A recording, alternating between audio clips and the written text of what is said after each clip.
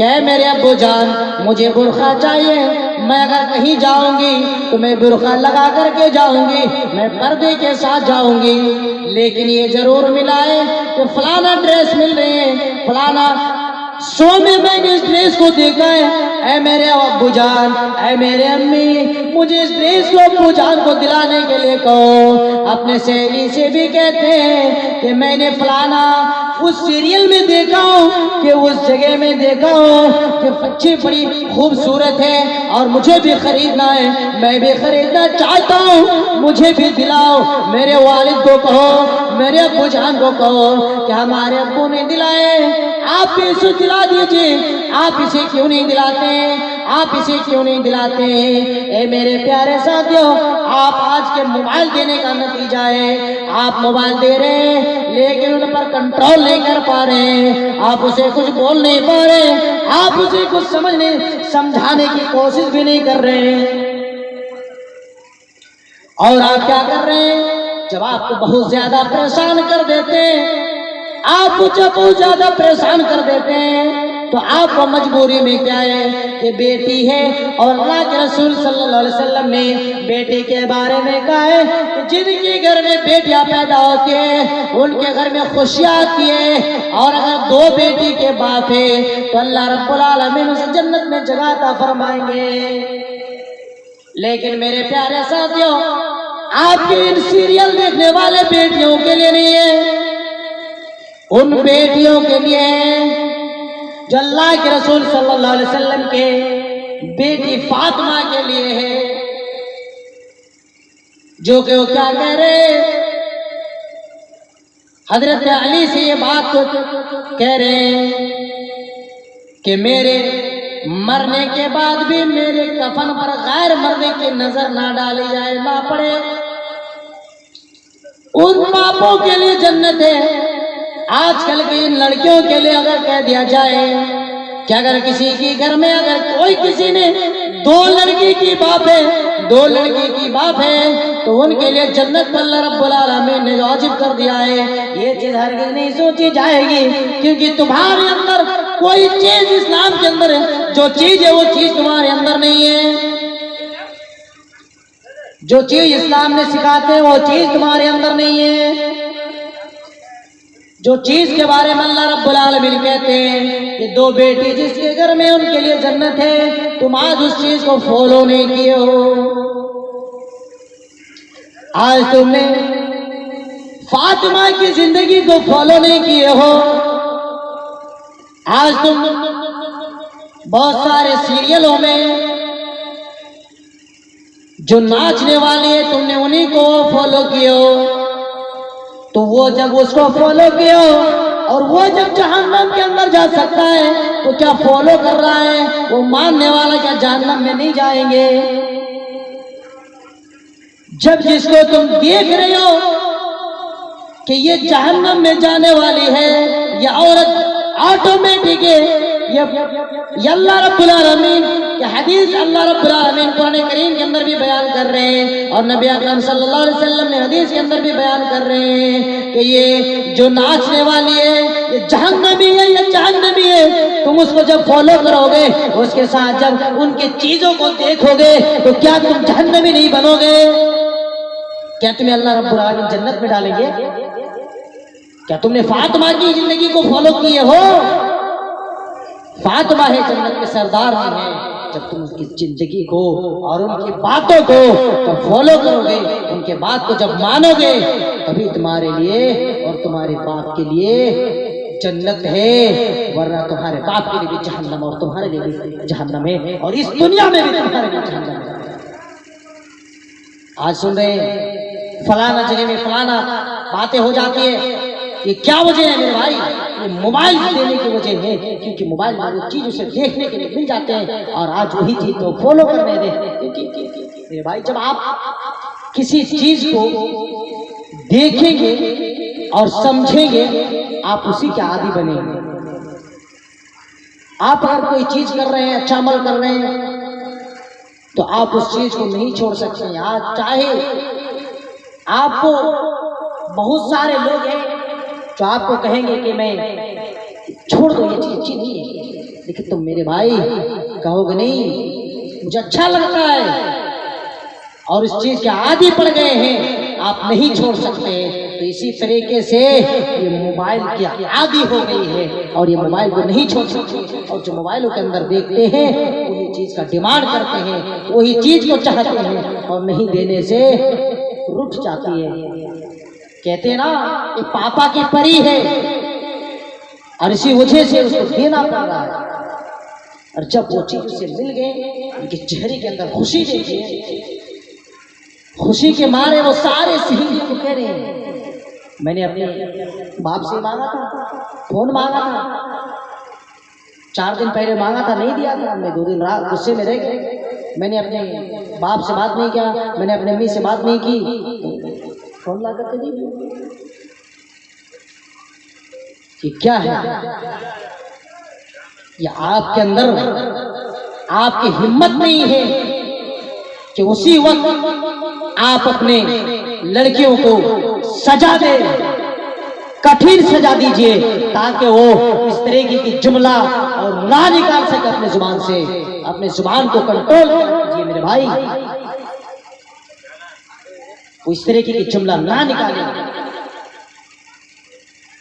जब तक कि आप इनकी जुबान पर कंट्रोल नहीं करवाएंगे ना तो ये आपके सर पर चढ़ेंगे, सर पर चढ़ने की बोलने की कोशिश करेंगे। और ये जब सर पर बोलने की चढ़ करके जब बोलेगी तो आप भी बोलेंगे दे दो, बेटी है, प्यारी है। आपकी यही गलत है, आपने यहीं पर क्या क्या है गड़बड़ कर दिए। आपके दिल के अंदर यही जो है वो उन्होंने रहमत डाल दिया है, आपके दिलों के अंदर दया डाल दिया है, क्योंकि 2 दिन 3 दिन तक उन्होंने गुस्सा करके रहा है और आपने उस चीज को ला करके आज उसे दे दिए। बड़ी खुशी की बात है और आप भी गर्व के साथ लोगों के सामने जाहिर कर रहे हैं कि मेरे बेटी गुस्से में थी, 3 दिन 4 दिन से मुझसे बात नहीं करती थी, लेकिन जब मैंने उसे एक स्मार्टफोन दिला दिए वो बहुत खुश है, वो अपनी जिंदगी में बहुत खुश है। लगता है कि मेरे बेटी को मैंने इतना खुश कभी नहीं देखा हूँ, मेरे बेटी को मैंने इतना खुश कभी नहीं देखा हूँ। ऐ मेरे प्यारे नौजवानों और ऐ मेरे प्यारे घर के जिम्मेदारों, आप इस बुराई से बाज आइए, तभी आपके मुआशरे सुधार सकते हैं, आपके इस इलाका में कंट्रोल आ सकते हैं। जब आपके आप मुआशरे को सुधारोगे तो जब सारे जिम्मेदार हो जाएंगे और मुआशरे को रोकते रह जाओगे। आज हमारे सोसाइटी के जिम्मेदारों सुनो, ऐ मेरे सोसाइटी के लोग जिम्मेदारों सुनो,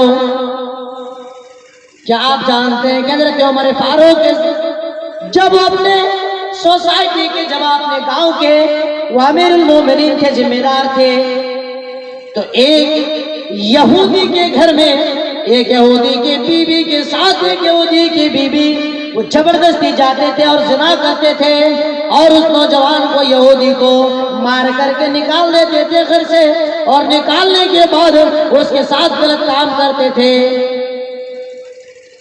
जब हज़रत उमर फारूक ने रात के अंधेरे में जा रहे थे, गश्त लगा रहे थे, वो नौजवान को देख रहे, वो रास्ते के किनारे झोपड़ी से बाहर रो रहे हैं और ये दुआ कर रहे हैं, अल्लाह मैंने अपनी बीवी की हिफाजत नहीं कर पा रहा हूँ, मैं अपने बीवी को नहीं बचा पा रहा हूँ। वो दुआ कर रहे हैं, अल्लाह ये दुआ वो चीख रहे और चिल्ला रहे हैं कि अल्लाह मैं अपने बीवी को नहीं बचा पा रहा हूँ, मैं अपने बीवी की मदद नहीं कर सकता हूँ। और इसी वक्त जाते हज़रत उमर फारूक जाते हैं और उस नौजवान से देखते हैं कि रो रहा है, उस नौजवान से पूछते हैं क्या है नौजवान क्यों रो रहा? और नौजवान जवाब देते क्या बताऊं यार, जा यार क्या करेगा तू भी सुन करके। बहुत सारे लोगों को मैंने बताया, सुन करके चला गया, कुछ नहीं किया। उमर फारूक ने कहा बताओ तो क्या मामला है यार, बताओ तो। उन्होंने उमर फारूक ने कहा बताओ मैं तुम्हारा जरूर कुछ मदद करूंगा, कुछ रास्ता निकालूंगा।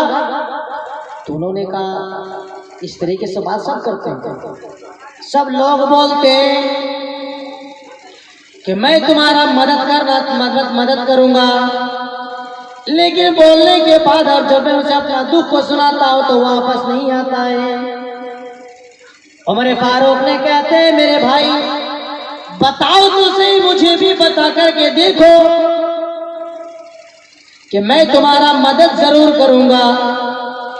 उन्होंने कहने लगा कि चलो जब तुम इतना जिद कर रहे हैं तो मैं बता ही देता हूं।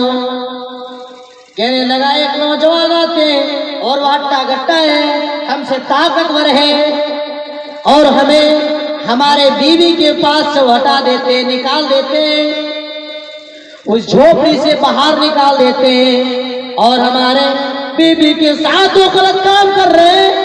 वो रात की तारीखियों में आते और गलत काम कर रहा है, गलत काम करने को चले जाते हैं। अरे तुम्हारे फारूक ने पूछा क्या वो नौजवान अभी है या चले गए? कहने लगा अभी जस्ट निकल गया है, वो अपना काम करके चले गए, वो अपनी ड्यूटी पूरा करके चले गए। हजरत उमर फारूक ने कहते हैं अब वो कब आएगा मुझे बताओ मेरे भाई, अब वो कब आएंगे? उन्होंने कहा एक दिन बीच में छोड़ करके एक दिन आ जाते हैं, यानी वो आज आए हैं परसों आएंगे। जब ये दास्तान हजरत उमर फारूक ने सुना, जब ये दास्तान की आवाजें हजरत उमर फारूक के कान में पहुंच जाते हैं तो उन्होंने कहा है मेरे भाई तुम ये काम करना कि तुम अपने बीवी से ये बात कह देना कि वो खाना पका करके रखे, वो खाना पका करके रखे और वो जब मिलने आए, वो नौजवान जब आए तो अपने बीवी से ये बात को भी सिखा देना कि वो अब शर्म ना करे, वो ये बात उसे खुल करके कहे कि ऐ नौजवान जब तुम डेली इस तरीके से आती हो तो आओ मैं अब किस चीज की दूरी रहे, आओ दोनों में तुम्हें भी सपोर्ट करूंगा ताकि तुम्हें ज्यादा फायदा मिले, ताकि तुम्हें ज्यादा फायदा हासिल हो। आओ खुल करके मैं तुम्हें भी सपोर्ट करूंगी ताकि दोनों को ताकि इत्मीनान मिले। और ये बात तुम्हारे फारूक सिखाते हैं उस नौजवान को, और ये बात उस नौजवान ने जाकर के अपनी बीवी से बताया कि एक नौजवान ने इस तरीके से हमें बताया और तुम इस तरीके से कर लेना। और उसे एक चीज और पूछा गया क्या नौजवान बताओ कि वो चिराग को बुझा देते हैं, चिराग को जला करके रखते हैं? तो नौजवानों ने जवाब देते हैं कि चिराग को नहीं बुझाते हैं, जला करके रख रहे हैं। तो तुम्हें बीबी से एक बात और कह देना कि वो अपने चिराग को भी बुझा लिया करे। और इतना ही कहना था हमारे फारूक ने चल जाते हैं और वो नौजवान अपने बीबी को सारे के सारे बातें बता देते हैं। और बताने के बाद जब वो टाइम हो जाते हैं, एक दिन के बाद जब एक दिन आ जाते हैं और तुम्हारे फारूक पहुंच जाते हैं उनके घर में उन नौजवान के आने से पहले, और वो पहुंचने के बाद उस नौजवान से कहता है कि जब तुम्हें उन्होंने निकाले, जब तुम्हें घर से उसे निकाले फौरन निकल जाना, जबरदस्ती मत करना। और अगर तुम्हारे फारूक ने उस झोपड़ी के पीछे छिप गए, बैठ करके रह गए। और जब नौजवान आया, वो नौजवान आते अपने झोपड़ी से उन नौजवानों को बाहर करके फेंका, और फेंकने के बाद वो अपना काम करने के लिए झोपड़ी के अंदर घुस जाते हैं। और झोपड़ी के अंदर घुसने के बाद वो औरत को जिस बात सिखाए गए उसी बात को बयान कर रहे हैं, और तुम्हारे फारूक उस बात को भी सुन रहे हैं। बयान कर रहा है कि अब हम दोनों के बीच में क्या रह गया है, तुम तो डेली आना जाना करने लगे हो, अब तो तुम डेली ही आते हो, तो हम दोनों के बीच में अब क्या रह गया है? आओ तुम्हें मैं भी खुल करके सपोर्ट करूंगी। और इस बात इतना ही उसका कहना। और उसके बाद और एक बात जो सिखाई गई है कि चिराग भी बुझा लेना ताकि इस बात से पता चले कि जब तुम मुझसे मिलने आ रहे